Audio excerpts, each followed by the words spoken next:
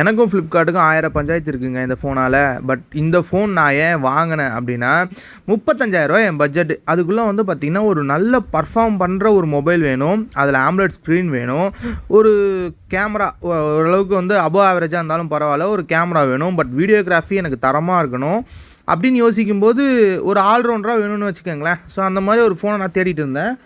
ஆனால் நான் வந்து பார்த்திங்கன்னா ஃபஸ்ட்டு ரெட்மியோட நோட் 12 ஸோ ப்ரோ ப்ளஸ் அந்த மாடல் தான் ட்ரை பண்ணலான்னு இருந்தேன்.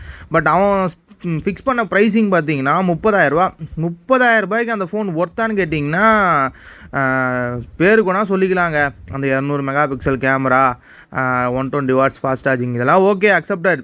பட் இருந்தாலும் வந்து பார்த்திங்கன்னா அதெல்லாம் கொடுத்துட்டு அதெல்லாம் ப்ரைஸிங்னா வந்து இதுதான். சரி ஓகே, இந்த ஃபோன் அன்பாக்ஸ் பண்ணும்போது பார்த்திங்கன்னா உள்ளே ஒரு டிபியூ கவர் போட்டே தான் இந்த ஃபோன் வருது. ஸோ இதனால தான் இந்த ஃபோன் வந்து பிரச்சனையானது. ஸோ மேலே இருக்க ரேப்பரை ரிமூவ் பண்ணிங்கன்னா, நான் ஆல்ரெடி ஆன் பண்ணி தான் வச்சுருக்கேன் ஃபோனு. ஸோ ஃபோன் எடுத்து ஓரம் வச்சுட்டிங்கன்னா வேறு என்ன இருக்குதுன்னு பார்த்தீங்கன்னா, இந்த பாக்ஸில் உள்ளே பார்த்திங்கன்னா ஒரு கம்பார்ட்மெண்ட் இருக்குது. ஸோ அதில் வந்து பார்த்திங்கன்னா யூசர் மேனுவல்லாம் இருக்குது. யூசர் மேனுவல் ப்ளஸ் வந்து பார்த்திங்கன்னா வாரண்டி கார்டு, சிம் எஜெக்டர் பின், இந்த மாதிரி ஐட்டம்ஸ்லாம் இருக்குது. ஸோ எனக்கு தெரிஞ்சு வந்து பார்த்திங்கன்னா மோட்டோவில் ஹெட்ஃபோன் இருக்காது. எப்போவுமே வந்து ஹெட்ஃபோன் கொடுக்குறதில்ல அவங்க. அதே மாதிரி இதுலேயும் ஹெட்ஃபோன் கிடையாது. வாரண்டி கார்டெலாம் இருக்குது. 12 months வாரண்டி. சார் வேல்யூவில் கொடுத்துருக்காங்களான்னு பார்த்தீங்கன்னா சார் வேல்யூ கொடுக்கல. நம்ம உள்ளே தான் போய் பார்த்துக்கணும். ஆஸ் பர் நார்ம்ஸ் தான் கொடுத்துருக்காங்க. வேணால் அந்த வெப்சைட்டில் போய் கூட நீங்கள் செக் பண்ணிக்கலாம். இந்த ஃபோன் வந்து பார்த்திங்கன்னா ஃபஸ்ட்டு இந்தியாவில் ஸ்னாப்ட்ராகன் 8 Gen 1 லான்ச் ஆனது. லான்ச் ஆகும்போது 50,000. லான்ச் ஆகி கிட்டத்தட்ட ஒரு 10 மாதம் ஆகிடுச்சின்னு வச்சுக்கோங்களேன். ஸோ 10 மாதம் ஆனதுனால இதோட ப்ரைஸ் வந்து இன்றைக்கி 35,000. இதுக்கு அப்புறமா ஒரு மாடல் இருக்குது. அதாவது H30 ஃபியூஷன் சொல்லிட்டு ஒரு மாடல் இருக்குது. H30 அல்ட்ரான்னு ஒரு மாடல் இருக்குது. பட் இந்த ப்ரோக்கும் அல்ட்ராக்கும் நடுவில் தான் அந்த ஃபியூஷன்ன்ற மாடல் வருது. அதில் வந்து பார்த்திங்கன்னா கர்வ் டிஸ்பிளே வந்துடும், உங்களுக்கு AMOLED டிஸ்பிளே தான், இன் டிஸ்பிளே ஃபிங்கர் பிரிண்ட் வந்துடும். அதே மாதிரி அதில் 50 மெகா பிக்சல் கேமரா வந்துடும், எல்லாமே வந்துடும். ஆனால் வந்து பார்த்திங்கன்னா அந்த ஃபோன் லான்ச் ஆனதுலேருந்து இப்போ வரைக்குமே வந்து பார்த்திங்கன்னா 40,000 தான் விற்றுட்ருக்காங்க. அது கம்மி, அது ஆகவே இல்லை. நமக்கு வந்து பார்த்திங்கன்னா அது 888 வேறு. ஸோ எனக்கு வந்து லேட்டஸ்ட்டு ப்ராசஸர் வேணும் அப்படின்னு சொல்லிட்டு தான் இந்த மொபைலை நான் சூஸ் பண்ணேன். இன்னொன்று இது 5,000 கம்மியில். ஸோ ஒரு 5,000 rupees கம்மியான ஒரு மொபைல் நமக்கு வந்து பார்த்திங்கன்னா விலையும் கம்மியாக கிடைக்குதுல்ல. சரி ஓகே, இதில் வந்து பார்த்திங்கன்னா Type-C to Type-C ஆரஞ்ச் ஆக்சென்ட்டோட கொடுத்துருக்காங்க. இது கூட வந்து பார்த்திங்கன்னா சப்போர்ட் பண்ணுறதுக்காக ஃபாஸ்ட் சார்ஜிங். இது ஒரு ஃபாஸ்ட் சார்ஜிங் மொபைல் தான். 68 வாட் ஃபாஸ்ட் சார்ஜிங் கொடுத்துருக்காங்க. என்னப்பா இப்போ 100, 120, 180, 220 போயிட்டாங்களேப்பா.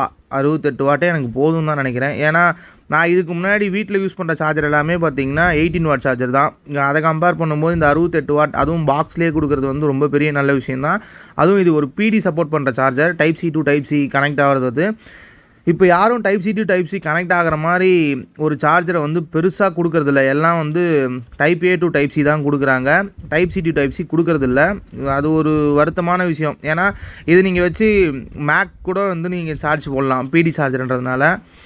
ஓகே, சார்ஜர் வந்து பாக்ஸில் கொடுத்தது ஒரு நல்ல விஷயந்தான். ஏன்னா இன்றைக்கி ஊரே சார்ஜர் கொடுக்க மாட்டேங்குது, என்விரான்மெண்ட் அது இதுன்னு சொல்லிட்டு இருக்காங்க. Okay done. அதெல்லாம் வச்சுட்டு இந்த ஃபோனை தூக்கி ஓரம் வச்சுட்டு இந்த ஃபோன் எப்படி இருக்குது அப்படின்னு கேட்டிங்கன்னா, ஒரு நல்ல பில்ட் குவாலிட்டியில் ஒரு இந்த ப்ரைஸ் செக்மெண்ட்டில், அதாவது லான்ச் ஆகும்போதே இது ஒரு வேல்யூ ஃபார் மணி. இன்றைக்கி லான்ச் ஆனதுலேருந்து 15,000 விலை கம்மியாக இருக்குது. ஸோ அதனால் வந்து இது இன்னும் வேல்யூ ஃபார் மணியாக தான் இருக்குது. ஒரு ஃப்ளாக்ஷிப் கில்லர்ன்ற அந்த ஸ்பெக்ஸை வந்து உள்ளே கொண்டு வரணுன்னு தான் சொல்லணும். ஏன்னா இது சைட் மவுண்டர் ஃபிங்கர் பிரிண்ட் கொண்ட ஒரு மாடலு. அண்ட் தென் பார்த்திங்கன்னா பேக் கிளாஸு, ஃப்ரண்ட்டு வந்து Gorilla Glass 3, பேக் வந்து Gorilla Glass 5. ஆக்வர்டாக இருக்கல, எனக்கும் அப்படி தான் இருந்துச்சு. எப்போவுமே பின்னாடி தான் வந்து ப்ரொடெக்ஷன் கம்மியாக கொடுப்பாங்க, ஃப்ரண்ட்டுக்கு வந்து அதிகமாக கொடுப்பாங்க. பட் இவங்க அப்படியே ரிவர்ஸில் பண்ணியிருக்காங்க. அதே மாதிரி இது ஒரு ட்ரிபிள் கேமரா செட்டப் இருக்கா. இதில் வந்து 2 கேமரா தான் ஒர்க் அவுட் ஆகும். ஒன்று தண்டக்காரமாக வந்துடும். அது என்ன கேமரான்னு உங்கள் எல்லாருக்கும் தெரியும். டெப்த்து தாங்க, 2 மெகா பிக்சல் டெப்த்து. அது எது கொடுத்துருக்காங்கன்னே தெரியல, இன்னி வரைக்கும் எனக்கும் தெரியல. ஒரு சில ஃபோன்லாம் AI கேமரான்னு கொடுப்பாங்க, அதுக்கு இது எவ்வளோ மேல். ஓகே, இந்த ஃபிங்கர் பிரிண்ட் எப்படி ஒர்க் ஆகுதுன்னு கேட்டிங்கன்னா நல்லா ஃபாஸ்ட்டாக தான் ஒர்க் ஆகுது. மோட்டோனா எனக்கு பழைய ஞாபகம் தாங்க வருது. மோட்டோ வந்து பார்த்திங்கன்னா ஒன்ஸ் அப்பான் எ டைம் இந்த G சீரீஸ் வரும்பொழுதுலாம் பார்த்திங்கன்னா வேறு லெவலில் வந்து ஹிட்டான ஃபோனு. ஆண்ட்ராய்டு அப்டேட் அப்போ வந்து கூகுள் கிட்டே இருந்தது. ஆண்ட்ராய்டு அப்டேட்லாம் சும்மா பறக்கும். அப்படி இருந்துச்சு ஃபோனு. ஒரு ஒரு ஒரு வேல்யூ ஃபார் மணின்றத விட ஒரு யூசர் இன்டர்ஃபேஸ், ஒரு யூசர் எக்ஸ்பீரியன்ஸில் பார்க்கும்போது வேறு லெவலில் இருந்த ஃபோன் தான் சொல்லணும். இது மோட்டோனா ஃபஸ்ட்டு ஃபோனை கண்டுபிடிச்ச பிராண்டு. இந்த மாதிரி நிறைய வச்சுட்டாலும் மோட்ரோலானா தான் நிறைய பேருக்கு தெரியும். மோட்டோன்றது வந்து லேட்டஸ்ட்டு. நிறைய இனோவேஷன்ஸ் கொண்டு வந்தாங்க. ரொம்ப ஸ்லிம்மான ஃபோன் கொண்டு வந்தாங்க. மாட்ஸ் போட்டு ஒரு மொபைல் கொண்டு வந்தாங்க. அதுக்கப்புறம் பார்த்திங்கன்னா எக்கச்சக்கமான ஃபியூச்சர்ஸோடு ஒரு சில மொபைல்லாம் கொண்டு வந்திருக்காங்க. ஸோ அதெல்லாம் கம்பேர் பண்ணும்போது இப்போ அதாவது திருப்பி மார்க்கெட்டுக்குள்ளே வந்திருக்கிறது ஒரு நல்ல விஷயந்தான். பில் குவாலிட்டிலாம் எந்த குறையும் இல்லை. ஆனால் வந்து ஃப்ரேம் வந்து பிளாஸ்டிக்கில் தான் கொடுத்துருக்காங்க, மெட்டல் கிடையாது இது. அது ஒன்று தான். 36,000 35,000 எனக்கு தெரிஞ்சு ஓகே. அதே மாதிரி இது 128 மட்டும்தான் இருக்குது. அந்த மோட்டோவோட ஃபியூச்சர் சாப் ஃப்ளாஷ் லைட் ஆன் ஆகுறது, அதுக்கப்புறம் வந்து ஸ்வைப் பண்ணால் வந்து ஃப்ரண்ட் கேமரா போகிறது, இந்த மாதிரி ஆப்ஷன்ஸ்லாம் வந்து எப்போவுமே மோட்டோவில் இருக்கும். நீட் அண்ட் க்ளீனான யூஐன்னு தான் சொல்லணும்.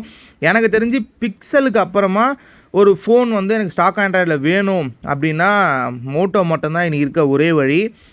வேறு லெவலில் இருக்குங்க யூஐ. நான் எதிரே பார்க்கல. நான் வந்து பார்த்திங்கன்னா எனக்கு ரொம்ப பிடிச்ச ஃபோன் இப்போ நான் 2023 ஒரு க்ளீனான யூஐ, ரொம்ப ஃபாஸ்ட்டான யூஐ எதுன்னு கேட்டிங்கன்னா கூகுளோட Pixel 6 Pro தான் சொல்லுவேன்.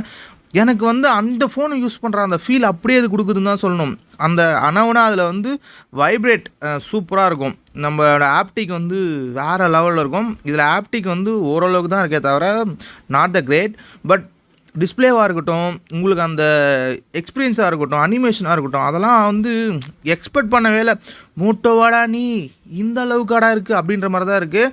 ஸோ ஜோக்ஸ் அப்பார்ட், நம்ம வந்து ஸ்பெக்ஸ் பார்க்கலாம். ஸ்பெக்ஸ் வந்து பார்த்திங்கன்னா இது ஒரு 6.7 inches 10-bit AMOLED டிஸ்பிளே தான் கொடுத்துருக்காங்க. இதில் HDR10+ சப்போர்ட்டும் இருக்குது. பட் நெட்ஃப்ளிக்ஸில் ஒர்க் ஆகலை, யூடியூப்பில் ஒர்க் ஆகுது. அதே மாதிரி இது ஒரு 144 Hz டிஸ்பிளே இது. ஸோ 120க்கும் 144க்கும் பெரிய வித்தியாசம் இருக்க போகிறதில்ல. பட் இது ஒரு 144 Hz. அதுவும் இல்லாத இதில் இருக்கிற ஸ்பெசிஃபிகேஷன் வந்து பார்த்திங்கன்னா டாப் ஆஃப் த லைன் ஸ்னாப்ட்ராகனோட 8 Gen 1, 8 Gen 2 லான்ச் ஆகிற வரைக்கும் 8 Gen 1 தான் வந்து டாப்பு. ஸோ 8 Gen 1 தான் கொடுத்துருக்காங்க.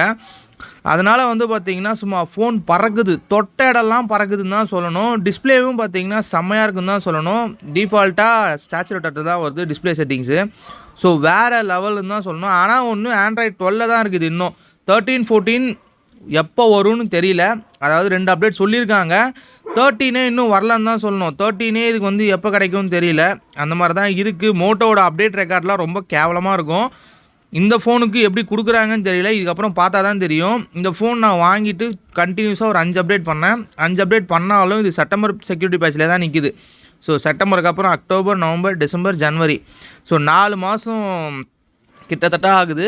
அதுக்கப்புறம் எந்த அப்டேட்டும் வந்த மாதிரி தெரியல. ஓகே, இதில் ஒரு சில அதே மாதிரி இந்த டெஸ்க்டாப்பாக யூஸ் பண்ணுற ஆப்ஷன்ஸ்லாம் கூட இருக்குது. அதெல்லாம் ட்ரை பண்ணல நான். So mobile first impression unboxing, அதே மாதிரி கேமரா சாம்பிள்ஸும் ஆட் பண்ணியிருக்கேன். ஸோ கேமரா சாம்பிள்ஸும் எப்படி இருக்குன்னு பாருங்கள். இந்த ஃபோனோட ஃபுல் ரிவ்யூ கண்டிப்பாக நம்ம சேனலில் வரும். பிரச்சனைகள் நிறைய இருந்தாலும் இந்த ஃபோன் வந்து நல்லா தான் இருக்குது. இந்த ப்ரைஸ் செக்மெண்ட்டில் இது நல்லா தான் இருக்குது. மற்ற பிராண்டில் இருக்க ஃபோனை கம்பேர் பண்ணும்போது இப்போ 35,000 30,000 35,000 8 Gen 1 கொடுக்குற ஒரே ஃபோன் இப்போதைக்கு மோட்டோரோலா மட்டும்தான். அதுவும் HDR Pro இந்த மாடல் மட்டும்தான் கொடுக்குறாங்க. ஸோ வேறு வழி இல்லை, இந்த ஃபோனை ட்ரை பண்ணி பார்க்கலான்னு சொல்லிட்டு தான் வாங்கினேன். வேறு லெவல்னு தான் சொல்லணும். எக்ஸ்பெஷலாக நைட் ஃபோட்டோகிராஃபி அல்ட்ரா வைட் செம கேவலமாக இருக்கும். ப்ரைமரி நல்லாயிருக்கு. ப்ரைமரி அந்த 50 மெகாபிக்சல் நல்லா தான் இருக்குன்னு தான் சொல்லணும். அதே மாதிரி ஃப்ரண்ட் கேமரா வந்து பார்த்திங்கன்னா 60 மெகாபிக்சல் கொடுத்துருக்காங்க. அதுவும் ஓரளவுக்கு ஓகே. அதுவும் இந்த ஃப்ளாஷ் லைட் ஆன் பண்ணி எடுக்கிற ஆப்ஷன் ஒன்று இருக்குது டிஸ்பிளேயில். அது செம கேவலமாக இருக்குது. நான் வந்து எக்ஸ்பெக்ட் பண்ணவே இல்லை இந்த ஃபோனில் இந்த மாதிரி இருக்குன்னு சொல்லிட்டு. பட் ப்ரைமரி கேமரா ஓகேன்னு தான் சொல்லணும். ப்ரைமரி நல்லா தான் இருக்குது. அதே மாதிரி அல்ட்ராவைடில் மேக்ரோ எடுக்கிறதும் பார்த்திங்கன்னா நல்லா தான் இருக்குது. லைட் இருக்கும்போது சூப்பராக இருக்குன்னு தான் சொல்லணும். இது இண்டோரு. So indoor macro. இது வந்து பார்த்திங்கன்னா நின்றுட்டு இருக்கும்போது ஷேக் ஆச்சுன்னா கண்டிப்பாக ஷேக் தெரிஞ்சிருது. இது ஓஎஸ் வந்து ப்ரைமரிக்கு மட்டும்தான் இருக்குது. இல்லை டெலிஃபோட்டோ இல்லை, அது ஒரு சின்ன குறையாக தான் இருக்குது.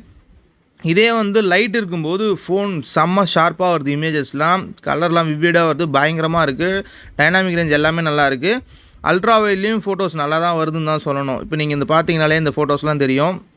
ஸோ ஃபோட்டோஸ் வந்து பார்த்திங்கன்னா பகலில் எடுத்திங்கன்னா சூப்பராக இருக்குது. அந்த 2 50 மெகாபிக்சல் கேமரா ஒழுங்காக வேலை செய்யுதுன்னு தான் சொல்லணும். நைட்டில் தான் ஒழுங்காக வேலை செய்ய மாட்டேங்குது, பகலில் நல்லா தான் வேலை செய்யுது. அதுவும் ஓஎஸ் இருக்கிறதுனால நைட்டில் ப்ரைமரியில் நல்லாயிருக்கு. ஸோ வீடியோகிராஃபி தான் இந்த ஃபோனோட மெயின் ஹைலைட்டு. இதில் 8K வரைக்கும் சப்போர்ட் பண்ணும் வீடியோ. ஸோ ஃப்ரண்ட் கேமரா இது, front camera 60 mega pixel. So இதோட ஃபோட்டோஸ் எப்படி இருக்குன்னு பாருங்கள். இது வந்து பார்த்திங்கன்னா போர்ட்ரேட் நல்லா தான் இருக்குது, ரொம்ப இதுவாலாம் இல்லை, நல்லா தான் இருக்குது. ஸோ பஜ்ஜி கலர்லாம் வந்து பார்த்திங்கன்னா உங்களுக்கே நல்லா தெரியும், நல்லா தூக்கி கொடுக்குதுன்னு தான் சொல்லணும். இது வந்து ப்ரைமரியோட எவ்வளோ ஃபோக்கஸ் ஆகுதுன்னு சொல்லிட்டு கிட்ட போய் எடுத்தது. உங்களுக்கு கலர் வந்து கொஞ்சம் நேச்சுரலாக இருக்காது இந்த ஃபோனில், விவிடாக தான் இருக்கும். இது வந்து பேக் கேமராவோட போர்ட்ரேட்டு. ஸோ அது ஒரு நெகட்டிவாக எனக்கு தெரியல, ஏன்னா எனக்கு வந்து பார்த்திங்கன்னா நல்லா கலர் பாப்பப் ஆகிறது தான் ரொம்ப பிடிக்கும். பட் எடிட் பண்ணுறவங்களுக்கு இது ஒரு பிரச்சனையாக இருக்கும்னு நினைக்கிறேன். இது வந்து ஃப்ரண்ட் கேமரா மேக்ரோ ஃபோட்டோஸ். இதெல்லாம் மேக்ரோ வந்து பார்த்திங்கன்னா சூப்பராக இருக்குது, ஏன்னா 50 மெகா பிக்சலு அல்ட்ரா வைட்டை தான் எடுக்குது. வேறு லெவலில் இருக்குது மேக்ரோ. நான் வந்து OnePlusக்கு அப்புறம் மேக்ரோ நல்லா இருக்குன்னு நான் வேறு எந்த மொபைலும் சொல்லியே இருக்க மாட்டேன். ஸோ OnePlus 70க்கு அப்புறம் எனக்கு ரொம்ப பிடிச்சிருக்கு இதோட மேக்ரோ. நைட்டில் நல்லா இல்லை, பட் நம்ம எத்தனை பேர் மேக்ரோ வந்து டெய்லி ரெக்கார்ட் பண்ணிட்டு இருக்கோம். மோட்டோட எஸ்டாட்டிக் ப்ரோவில் தான் ரெக்கார்ட் பண்ணிட்டு இருக்கோம் ஃப்ரண்ட் கேமரா. ஸோ உங்களுக்கு எப்படி இருக்குன்றத நீங்களே சொல்லுங்கள். எனக்கு தெரிஞ்சு என்னை தவிர மற்ற பேக்ரவுண்ட் எல்லாமே பிளர் பண்ணுதுன்னு நினைக்கிறேன். ஸோ ஃபோட்டோஸ் ஆப்ஷனும் இருக்குது. கேரக்டர் யூஸ் பண்ணியிருக்கேன்னா ரொம்ப உள்ளே இருக்க மாதிரி இருக்குது. அது மட்டும்தான் கொஞ்சம் பிரச்சனையாக இருக்குன்னு நினைக்கிறேன். ஸோ வாக் பண்ணுறேன் அப்படின்னு பாருங்கள்.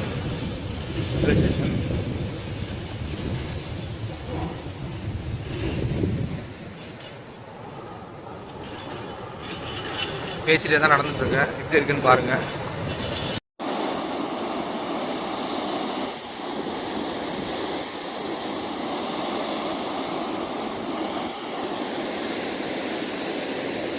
இது பேக் கேமரா, அந்த 50 மெகா பிக்சல் எடுக்கிறது. ஸோ கிளாரிட்டி வைஸ் எப்படி இருக்குன்னு பாருங்கள். லைட்டாக அந்த ஷட்டர் ஃபீல் ஆகுது, பட் ரொம்ப இமேஜ் ஷார்ப்பாக இருக்குன்னு தான் சொல்லணும். ஃபோக்கஸ் எப்படி ஆகுதுன்னு பார்ப்போமா? ஃபோக்கஸ்லாம் நல்லா தான் ஆகுது.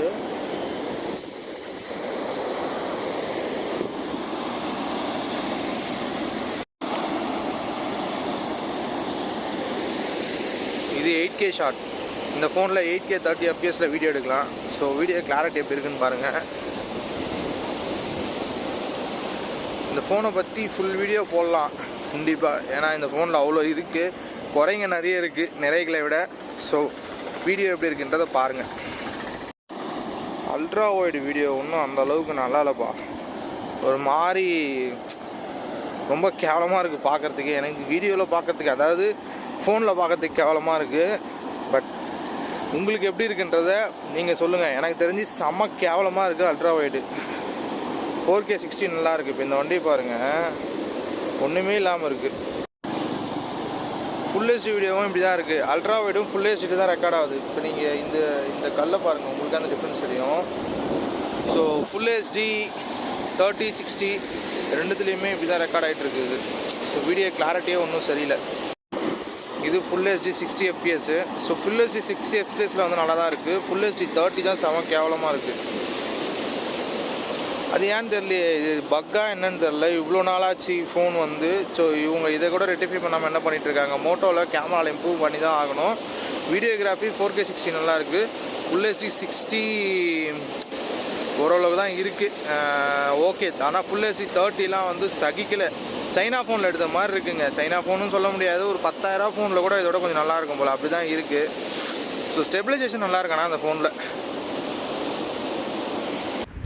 ஸோ வீடியோ சாம்பிள்ஸ் பார்த்துருப்பீங்க, உங்களுக்கு ஒரு ஐடியா வந்திருக்கும். இதில் 4K 60 வந்து பார்த்திங்கன்னா செம்மையாக இருக்குன்னு தான் சொல்லணும். 8K வீடியோ கூட ஓகே தான், பட் 1080p 30 அண்ட் தென் வந்து பார்த்திங்கன்னா அல்ட்ரா வைட் வீடியோ வந்து கேவலமாக இருக்குன்னு தான் சொல்லணும். கேமராவில் வந்து ஏன் இவ்வளோ சொதப்பி வச்சுருக்காங்கன்னு தான் தெரியல. பட் மேக்ரோலையும் இதில் வீடியோ எடுக்கலாம்.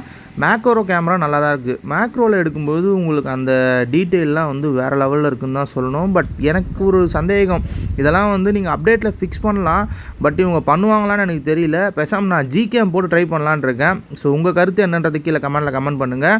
ஸோ மறக்காமல் இந்த வீடியோ பிடிச்சிருந்தால் லைக் பண்ணுங்கள், சப்ஸ்கிரைப் பண்ணுங்கள், ஷேர் பண்ணுங்கள். உங்களுக்கு எதனா சந்தேகங்கள் இருந்தால் கீழே கமெண்ட் பண்ணுங்கள், நான் கண்டிப்பாக ரிப்ளை பண்ணுறேன். அந்த வீடியோ நான் ட்ரையும் பண்ணுறேன். ஒரு மேடிடா, அதுல திரும்பி பார்க்காம ஓடிடா, லைக் பட்டனை போடுடா, உன் கருத்தை கமெண்ட்ல சேருடா. இந்த வீடியோ பிடிச்சிருந்தா மறக்காம சப்ஸ்கிரைப் பண்ணுங்க.